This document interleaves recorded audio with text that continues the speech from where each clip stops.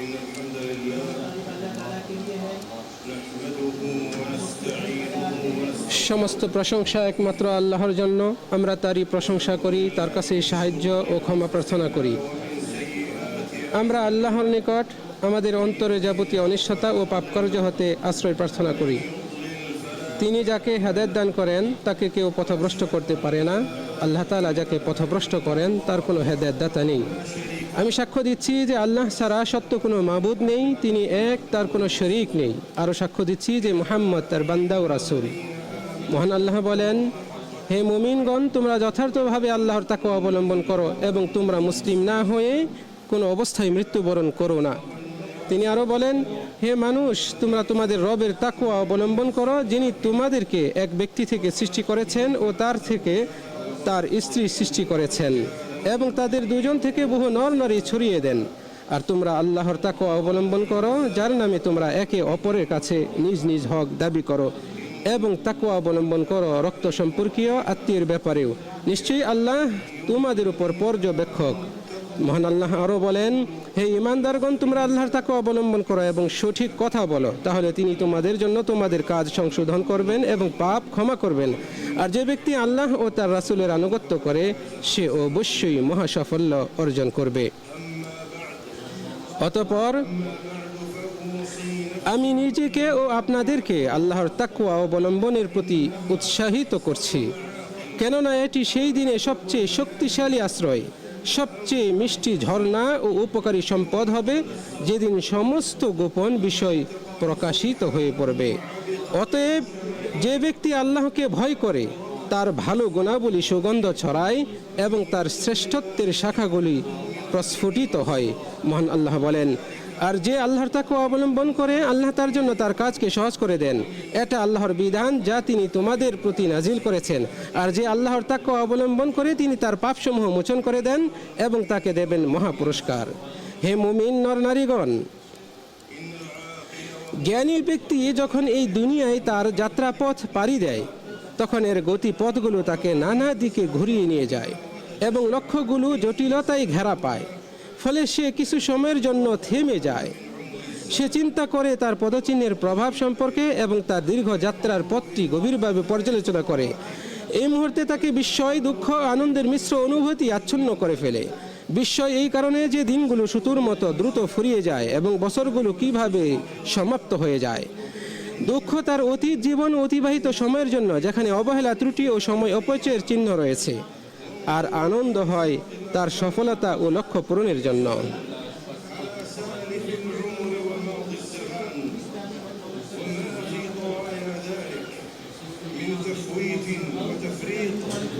এটি একটি দীর্ঘ ও সংক্ষিপ্ত, আনন্দময় ও বেদনাদায়ক এবং হাস্যকর ও দুঃখজনক যাত্রা। দীর্ঘ তার ঘটনা প্রবাহের কারণে, কিন্তু পথিক যখন তার গন্তব্যের কাছাকাছি পৌঁছে তখন তা সংক্ষিপ্ত মনে হয়। যাতে রয়েছে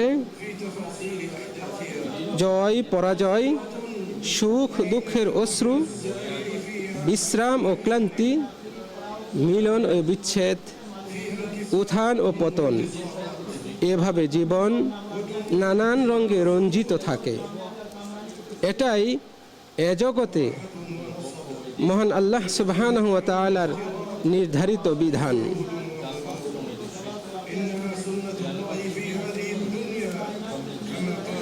এই মর্মে মহান আল্লাহ তাআলা বলেন,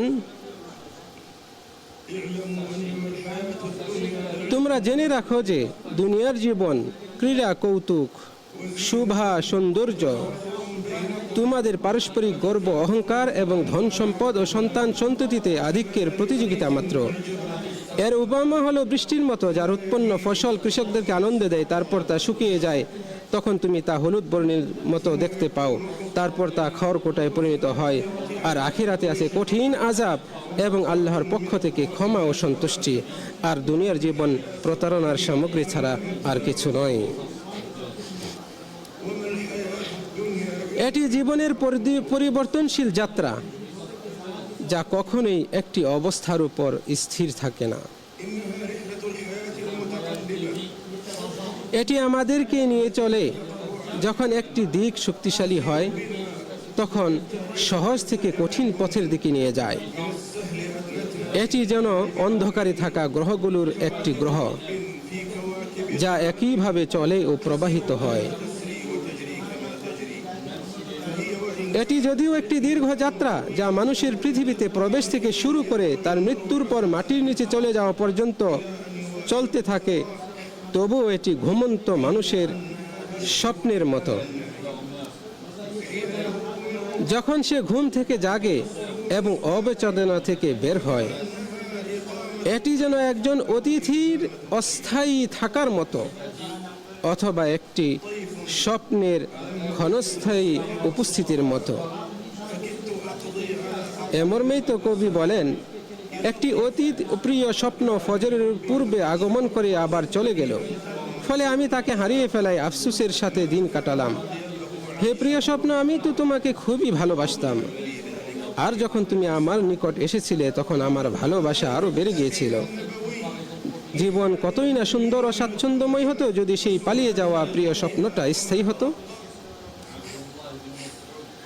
মুমিনের সাথে পৃথিবীর সম্পর্কের নবীজির সেই তুলনা কতই না সুন্দর ও মনোরম, যেখানে বর্ণিত হয়েছে যে আব্দুল্লাহ বিন মাসউদ রাদিয়াল্লাহু আনহু বলেন, রাসূল সাল্লাল্লাহু আলাইহি সাল্লাম একদা একটি চাটাইয়ের উপর ঘুমিয়েছিলেন।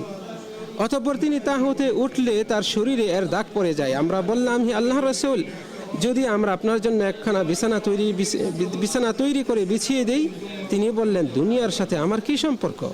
আমি তো এ জগতে ওই আরোহীর মতো যে একটি গাছের নিচে ছায়ায় কিছু সময়ের জন্য বিশ্রাম নিল, অতঃপর বৃক্ষটিকে ছেড়ে চলে গেল।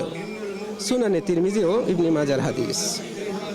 ইমানদার ভাই ও বোনেরা, যখন একজন মুমিন বান্দা এই জীবনের উত্তাল সমুদ্রের মাঝ দিয়ে চলে, যেখানে তরঙ্গগুলো তাকে ঘুরিয়ে নিয়ে যায় এবং ঢেউগুলো তাকে ধাক্কা দেয়, তখনও সে মানসিক স্থিতিশীলতা ও আধ্যাত্মিক শান্তি উপভোগ করে, কারণ তার অন্তর এই জগতের স্রষ্টার সাথে সম্পৃক্ত।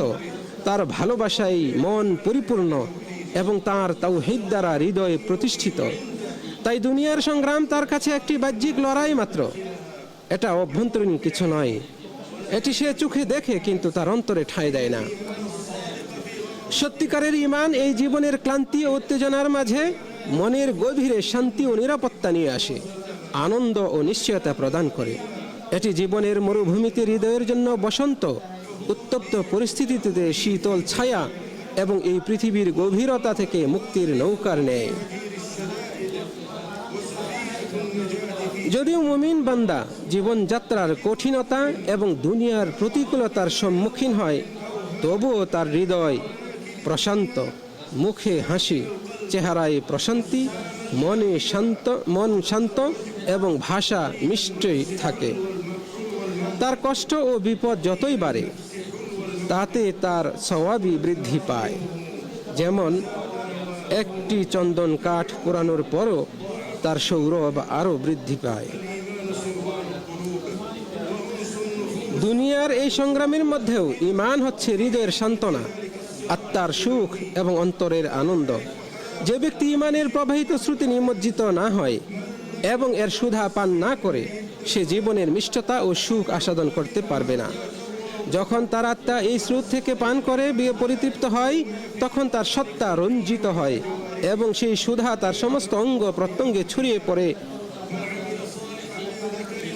ও তার চেহারায় সেই সতেজতা প্রকাশ পায়। মহান আল্লাহ বলেন, মান আমিলা সালিহাম মিন যাকারিন আও উনসা ওয়া হুয়া মুমিনুন ফালানুহইয়ান্নাহু হায়াতান তাইয়্যিবাহ।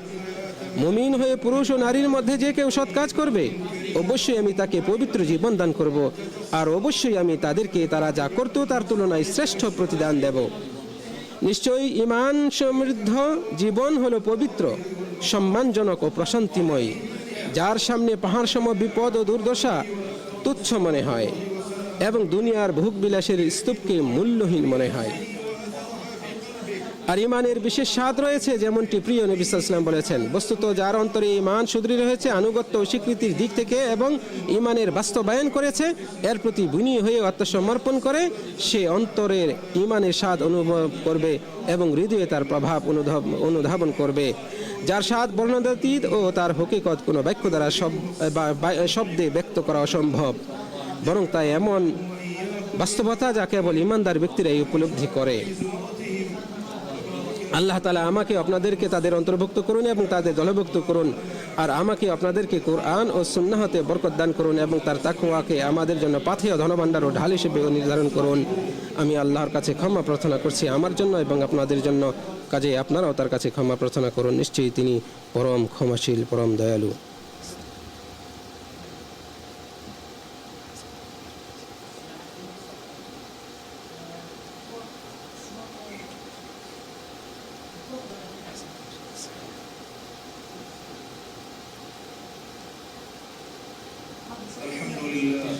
সমস্ত প্রশংসা আল্লাহর জন্য, যিনি আমাদের প্রতি অবিরাম অনুগ্রহ ও দয়া বর্ষণ করছেন এবং নিজের অসীম করুণার মাধ্যমে আমাদেরকে আরও অনুগ্রহে সিক্ত করেছেন। তিনি আপনাদের নানা ধরনের নিয়ামত ও অনুগ্রহ দান করেছেন, আপনাদের প্রত্যাশার চেয়েও বেশি দিয়েছেন, আর আপনাদের প্রার্থিত সব কিছু পূর্ণরূপে দান করেছেন। আর তিনি রাত ও দিনকে আপনাদের কাজে লাগিয়ে দিয়েছেন এবং আপনারা যা চেয়েছেন তার প্রত্যেকটি থেকে তিনি আপনাদের দিয়েছেন।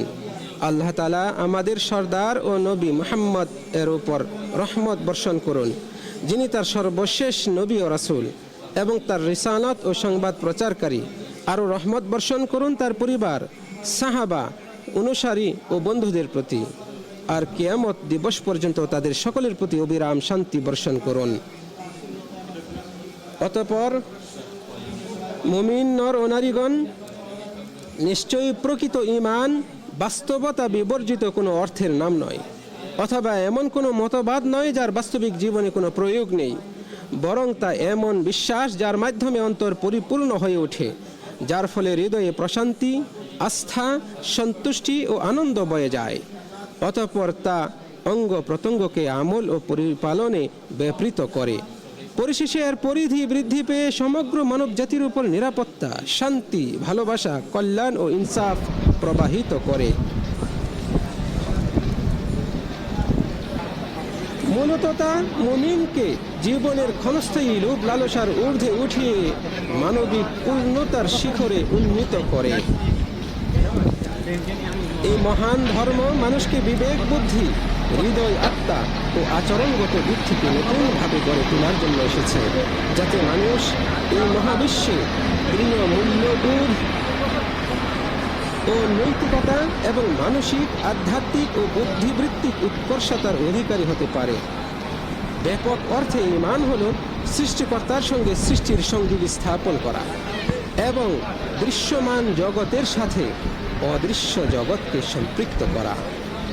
অনুরূপভাবে ঈমান আল্লাহর নিকট এই সম্মানিত সৃষ্টিকে তার আত্মা, রূহ, আচরণ ও নৈতিকতার মধ্যে পূর্ণতা অর্জনে সক্ষম করে তোলে।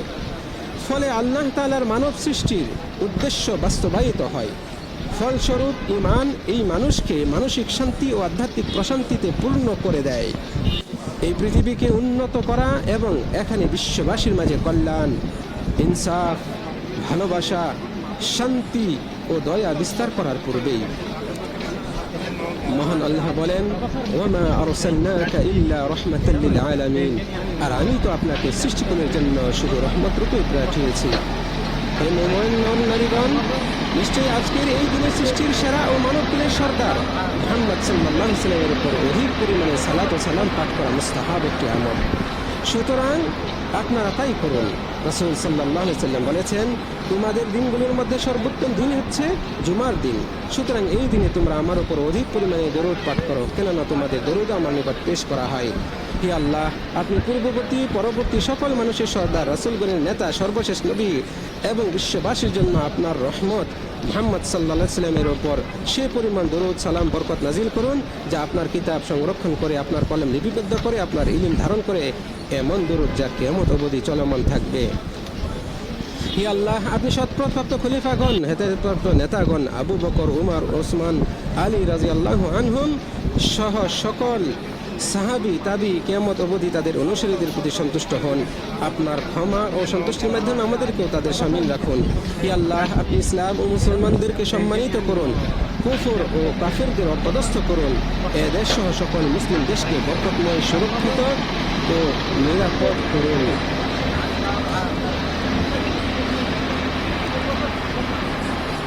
হে আল্লাহ, ফিলিস্তিনে আমাদের ভাইদেরকে আপনার ও তাদের শত্রুর বিরুদ্ধে সাহায্য করুন। হে আল্লাহ, তাদের ক্ষতি পূরণ করে দিন, তাদের সকল কাজের দায়ভার গ্রহণ করুন এবং তাদেরকে বিজয় দান করুন, তাদের জন্য বিজয়কে অবধারিত করুন। আপনার ক্রোধ ও প্রতিশোধের চক্র তাদের ও আপনার শত্রুর উপর নিক্ষিপ্ত করুন। হে আল্লাহ, আমাদের শাসক ও দুই হারামের সেবক এবং তার নায়ককে যাতে দিন ও দুনিয়ায় দেশ ও জাতির কল্যাণ ও উপকার রয়েছে তার তৌফিক দান করুন। হে আল্লাহ, তারা যা করেন এবং যা পরিত্যাগ করেন তাতে ইহকালীন ও পরকালীন কল্যাণ নিহিত রাখুন। হে পরম করুণাময়, হে আল্লাহ, আপনি তাদেরকে যাবতীয় কল্যাণকর কাজে সহযোগিতা করুন, তাদেরকে এর প্রতি তৌফিক দান করুন। হে আল্লাহ, আপনি দুই হারামের ধারক মুসলমানদের হৃদয়ের কাঙ্ক্ষিত ভূমি এবং ইমানের আশ্রয়স্থল এ দেশকে সকল প্রকার অনিষ্ট থেকে রক্ষা করুন। আল্লাহর বান্দাগণ, আপনাদের রবের শুকরিয়া আদায় করার মাধ্যমে তার অনুগ্রহকে স্থির করুন, তার আদেশ মান্য করার মাধ্যমে তার নিয়ামতে হেফাজত করুন এবং তার দোয়া ও জিকিরে নিবেদিত থাকুন। তারা যা আরোপ করে তা থেকে পবিত্র ও মহান আপনার রব, সকল ক্ষমতার অধিকারী তিনি।